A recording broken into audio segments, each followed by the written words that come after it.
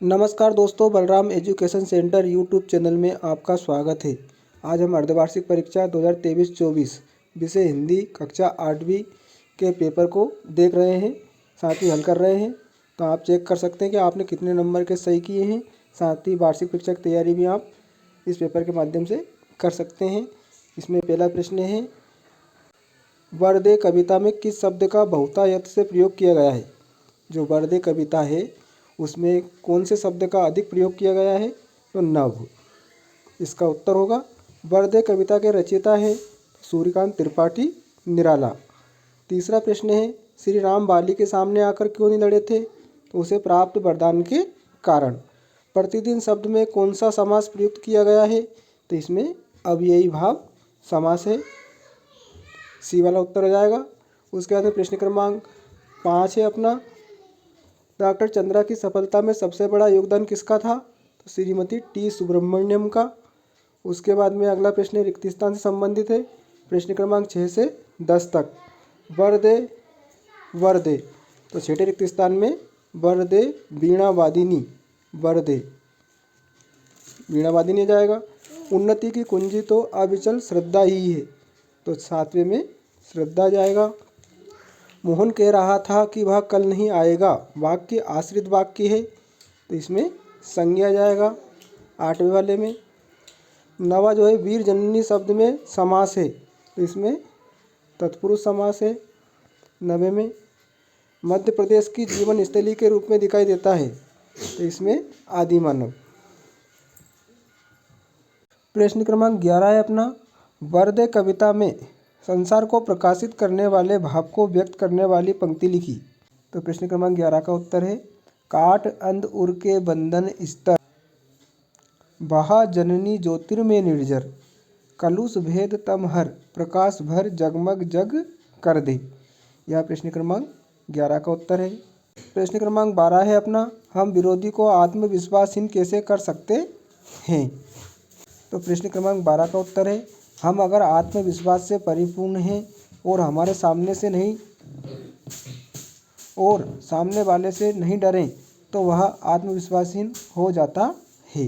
प्रश्न क्रमांक 13 है, वर्दे कविता में कवि हर वस्तु को किस रूप में देखना चाहता है। उसके बाद में प्रश्न क्रमांक 14 है, आशीर्वाद और प्रणाम शब्दों की शुद्ध वर्तनी लिखिए। 15वां प्रश्न है, योग किसे कहते हैं। उसके बाद में 16वां प्रश्न है, भीमबेटका जिला रायसेन में आप कौन सा प्रसिद्ध स्थान देखने जा सकते हैं। तो प्रश्न क्रमांक 13 से 16 तक के उत्तर हम देखते हैं। प्रश्न क्रमांक 13 का उत्तर है, वर्दे कविता में कवि हर वस्तु को नए रूप में देखना चाहता है। उसके बाद में प्रश्न क्रमांक 14, अशुद्ध शब्दों को शुद्ध करके लिखना था, तो आशीर्वाद, इसका शुद्ध रूप आशीर्वाद होगा। प्रणाम, तो प्रणाम को हमें इस तरह से लिखना होगा। उसके बाद में प्रश्न क्रमांक 15 का उत्तर है, योग किसे कहते हैं। तो इसका उत्तर, योग शब्द युजी धातु से बना है, जिसका अर्थ है समाधि अर्थात आत्म साक्षात्कार। जो शरीर को रोग मुक्त करे उसे योग कहते हैं। आत्मा का परमात्मा से जुड़ना भी योग है। उसके बाद में प्रश्न क्रमांक 16 का उत्तर, गुफा की पेंटिंग होगा। सुख का एक द्वार बंद होने पर तुरंत दूसरा द्वार खुल जाता है, वाक्य का आशय लिखिए। तो इसका उत्तर होगा कि सुख का एक द्वार बंद होने पर दूसरा द्वार खुल जाता है।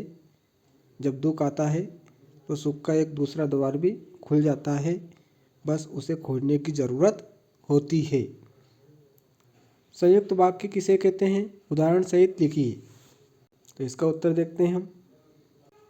संयुक्त वाक्य वह वाक्य समूह जिसमें दो या दो से अधिक सरल या मिश्रित वाक्य संयोजक अवयवों और, किंतु, परंतु, अथवा, पर, एवं, तथा आदि द्वारा जोड़े जाते हैं, संयुक्त वाक्य कहलाते हैं। उदाहरण, भारत के नर्तक रूस पहुँचे और वहाँ इन्होंने रूस वासियों का दिल जीत लिया। प्रश्न क्रमांक 18, मोहनदास गांधी जी के विलायत जाने के संबंध में उनकी माँ के मन में क्या दुविधा थी। तो यह सहायक वचन का प्रश्न है। वरदे कविता में कवि ने वरदान मांगने के लिए देवी सरस्वती को ही क्यों चुना? तो देवी माँ सरस्वती को इसलिए चुना क्योंकि माँ देवी सरस्वती ज्ञान की, विद्या की देवी हैं। प्रश्न क्रमांक 21 से निम्नलिखित गद्यांश को पढ़कर नीचे लिखे प्रश्नों के उत्तर लिखिए। इसमें पहला प्रश्न है अपना, इस गद्यांश का उचित शीर्षक लिखिए। तो इसका उत्तर आ जाएगा खेलों का महत्व। दूसरा प्रश्न है, खेल किस तरह से हमें अनुशासित बनाने में मदद करते हैं? उत्तर यहाँ से होगा, ठीक समय पर खेलना, नियमबद्ध होकर खेलना और ठीक समय तक खेलना, ये सब कुछ नियम अनुशासन के सच्चे पाठ पढ़ाते हैं। तो दूसरे प्रश्न का उत्तर हो जाएगा।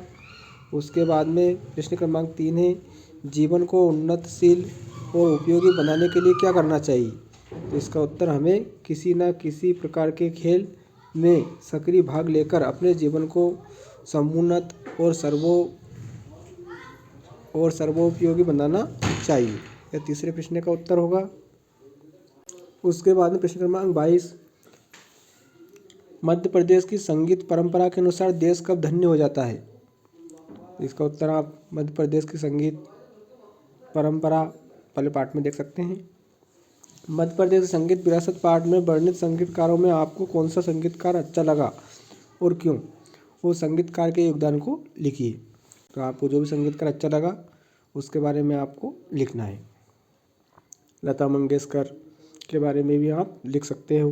प्रश्न क्रमांक 24 है, काट अंध उरके बंधन स्तर, वाह जननी ज्योतिर्मय निर्जर, कलुष भेद तम हर, प्रकाश भर जगमग जग कर दे। उपयुक्त पंक्तियों का भावार्थ अपने शब्दों में लिखिए। इसका भावार्थ आप लिख सकते हैं। कवि सूर्यकांत त्रिपाठी निराला माँ सरस्वती से प्रार्थना करते हैं कि हे माँ सरस्वती,